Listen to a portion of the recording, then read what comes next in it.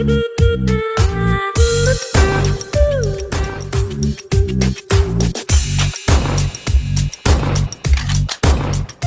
वालेकुम। Master concept में आज की वीडियो बेसिकली आज नईमुल हक के नाम पे।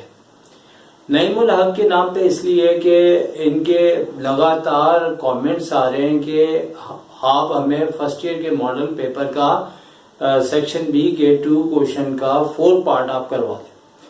लेकिन आपको मालूम है कि इस वक्त पाकिस्तान में रमज़ान चल रहा है और रोज़े की हालत में और कुछ अपनी ड्यूटी सर अंजाम देने की वजह से बेसिकली थोड़ा सा टाइम आजकल बहुत ज्यादा वीडियोस बननी चाहिए और मैं चाहता भी हूँ बनाऊं। और ऐसे स्टूडेंट जैसे नईमुल हक है, नईमुल हक को मैं तो नहीं जानता, लेकिन वो मुझे वीडियो के जरिए मेरे चैनल के जरिए वो मुझे जानते हैं। तो हम अगर ऐसे स्टूडेंट्स की बात नहीं मानेंगे तो फिर हमारे चैनल का क्या फायदा है। इससे पहले भी 2-3 स्टूडेंट्स हैं और उनका कमेंट्स मुझे आया कि हमें ये वाला क्वेश्चन आप करवा दें। मैंने करवा दिया, लेकिन उनसे थोड़ी सी नाराजगी है कि उन्होंने थोड़ा सा थैंक यू नहीं अदा किया। चूंकि वजह यह है कि जब हम आपकी बात माने तो आप भी हमें थोड़ा सा खुश कर दीजिएगा। और नईमुल हक आपके लिए और आपके हवाले से वैसे एक बात मैं नईमुल हक आपको भी बता दूं कि मैंने अभी 12 MCQs करवाई हैं और मॉडल पेपर की, और फर्स्ट ईयर और सेकंड ईयर दोनों। ये तो खैर फर्स्ट ईयर की बात है। तो मैंने 13 MCQs एक आध दिन के अंदर ही आप लोगों की खिदमत में पेश करनी है। और उसके बाद नईमुल हक आपके हवाले से सबको बता रहा हूँ कि अब जो है वो ज्यादातर फोकस मैं एग्जाम से पहले MCQs के ऊपर करूंगा, या फिर मेरे तजर्बे के लिहाज से जो क्वेश्चन मुझे इम्पोर्टेंट महसूस हों वो आपको बताऊंगा। और फौरी तौर पे चलते हैं आपका मॉडल पेपर का सेक्शन बी क्वेश्चन नंबर 2 का पार्ट नंबर 4, जो हमने यहाँ पे थोड़ा सा टाइम बच जाए और आपकी खिदमत में पहले से एक्सप्लेन किया। चूंकि वीडियोस बेसिकली होता यह कि अगर एक नंबर तरीके से पढ़ाया जाए तो कभी वीडियो शॉर्ट नहीं बनती। और YouTube के ऊपर बहुत से स्टूडेंट्स चाहते हैं कि हमें फटाफट कोई चीज़ समझा दें, तो लिहाजा ये सोच बुरी तो नहीं है, लेकिन ये है कि जो बच्चा फर्स्ट टाइम सीखेगा उसे पूरी बात डिटेल से एक्सप्लेन की जाए तो वो समझ में आ जाती है। और कुछ टाइम से मैं क्वेश्चन को पहले से ही सिंप्लीफाई कर लेता हूं ताकि थोड़ा सा लिखने में जो टाइम है वो बच जाए और आपको जबानी बेहतर और ज्यादा टाइम देके एक्सप्लेन कर दिया जाए। तो भाई ये क्वेश्चन नंबर जो आपने नईमुल हक बताया और model paper 2021 section B question number 2 का पार्ट 4।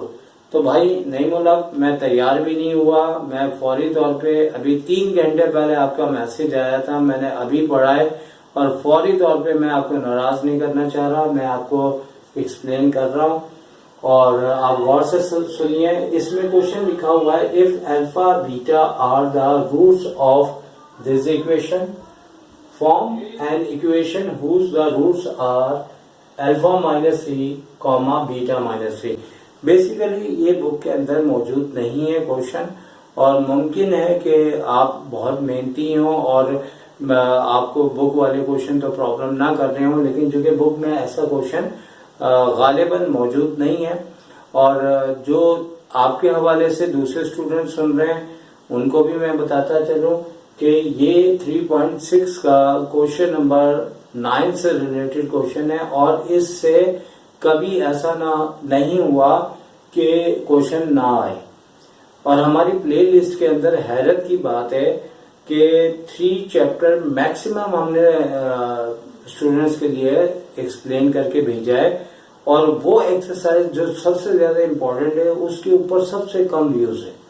वो एक्सरसाइज 3.6 है और 3.8 है, जबकि 3.6 और 3.8 से तो कभी ऐसा होता ही नहीं है कि क्वेश्चन आपको ना आए। मौजूदा दौर में 3.8 लॉन्ग के अंदर क्वेश्चन आ रहा है जो कि बहुत इंपॉर्टेंट है, और उसके मैंने ज्यादा नहीं क्वेश्चन समझाए, लेकिन इस साल सिर्फ वही समझाए जो कि मोस्ट इम्पोर्टेंट है। आप मॉडल पेपर में आप प्ले लिस्ट में जाएं मॉडल पेपर का क्वेश्चन देखने के बाद, और उसमें आप 3.6 और 3.8 के वो क्वेश्चन जो कि मैं ज्यादा एक्सप्लेन नहीं कर पाया, लेकिन जितना मुझे टाइम था मैंने एक्सप्लेन किए, वो लाजमी देखें। और यहाँ पे अब क्वेश्चन के ऊपर पूरी तरह से हम बात करते हैं। जैसे कि हमने क्वेश्चन पढ़ा है, दोबारा नहीं पढ़ते।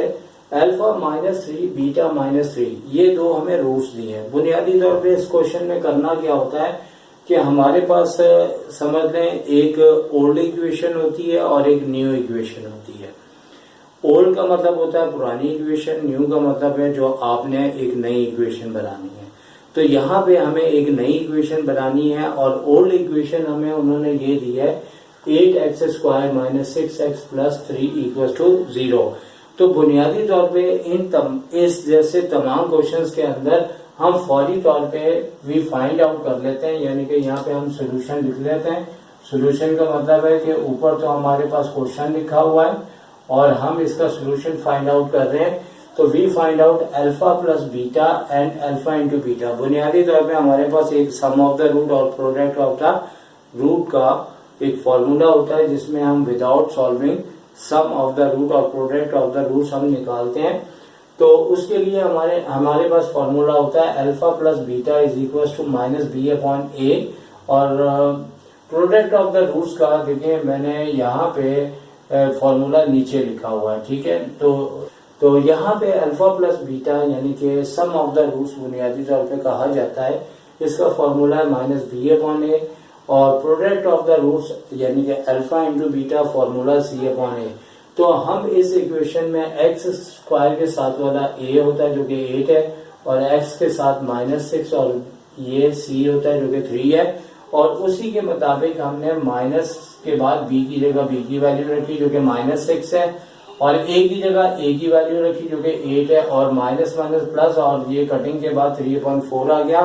अब एक डिब्बा बना के हमें अल्फा + बीटा = 3/4 हमने लिख दिया।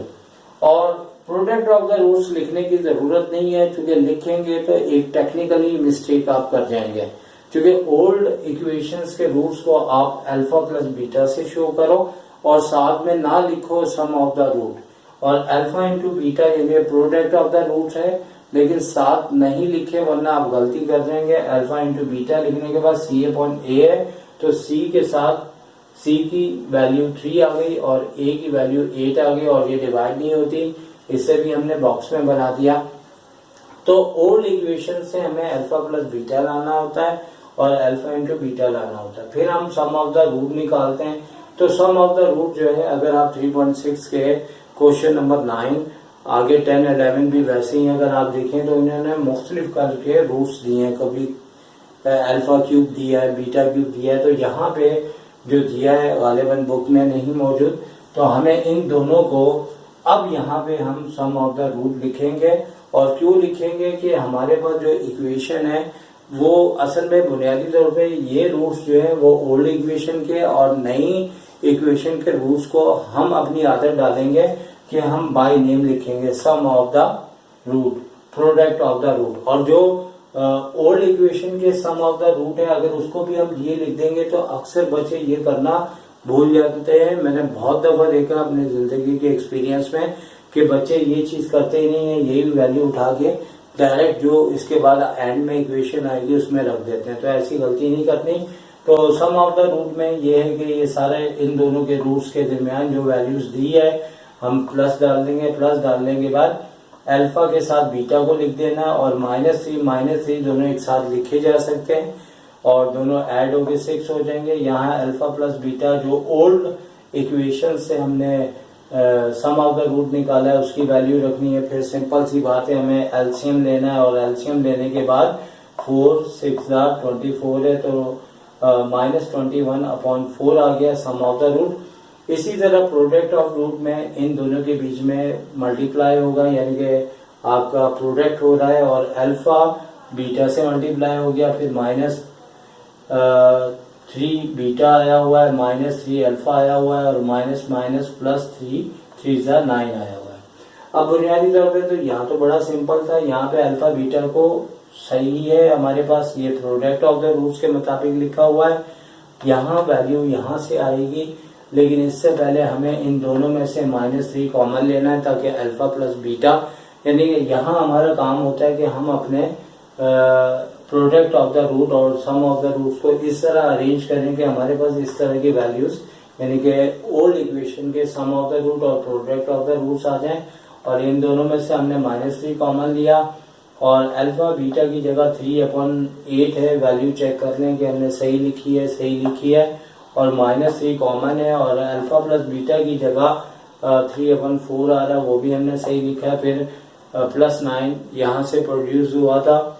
तो अब हमने यहाँ पे एलसीएम लिया है, तो यहाँ 8 है, यहाँ 4 है, तो 8 एलसीएम आ गया। तो एलसीएम के बाद आपको पता है 8 9 72 होता है, 4 2 8 है, तो 3 2 6 हो जाएगा और 6 3 18 हो जाता है, वही हमने लिखा हुआ है।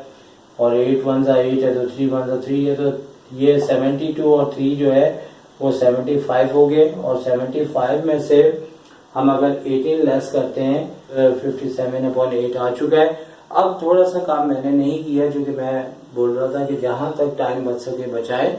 और यहाँ पे आ जाते हैं तो हमारे पास सम ऑफ द रूट्स की जो इक्वेशन होती है वो होती है x² sum of the root और ब्रैकेट बंद x और प्रोडक्ट ऑफ द रूट, तो इक्वल टू 0 है। तो अब आप ये देखिए कि x² तो वैसे ही आ जाएगा, सम ऑफ द रूट की जगह उसका जो हमारी रिक्वायर्ड इक्वेशन के लिहाज से सम ऑफ द रूट आया था।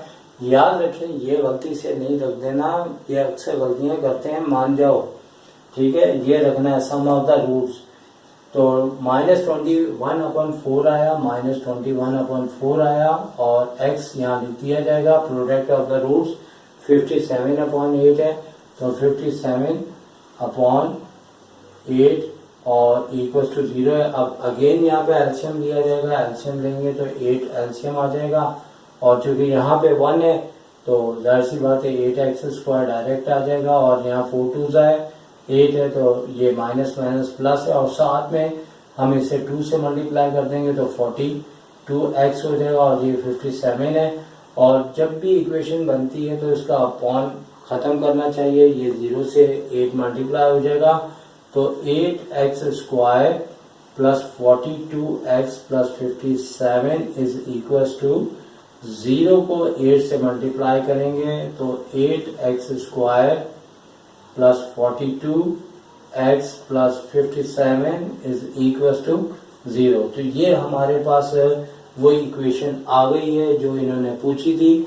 और आप देख रहे होंगे यहाँ राइटिंग इतनी अच्छी नहीं है, यहाँ कुछ बेहतर है। असल में लाइव अगर लिखना पड़े तो भाई मैं जरिया बना है इस क्वेश्चन का फौरी तौर पे नईमुल हक। और नईमुल हक आप जैसे स्टूडेंट्स बेसिकली यूट्यूब से फ़ायदा उठाते हैं और कंटिन्यू आपके मैसेज करना इस बात की निशानदेही है कि आप हमारे चैनल्स को देख रहे हैं और पसंद भी यकीनी तौर पे कर रहे होंगे।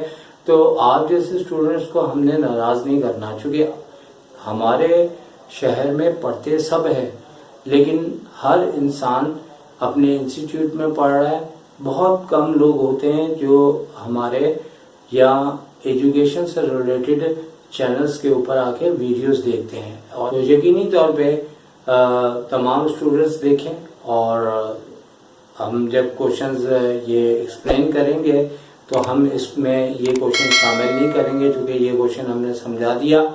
और वैसे भी हम सारे के सारे क्वेश्चन मॉडल पेपर के इंशाल्लाह आने वाले वक्तों में कंप्लीट करेंगे। आप हमारे चैनल्स को देखते रहे और सर शाहिद को इजाज़त दीजिए। टेक केयर, अल्लाह हाफिज़।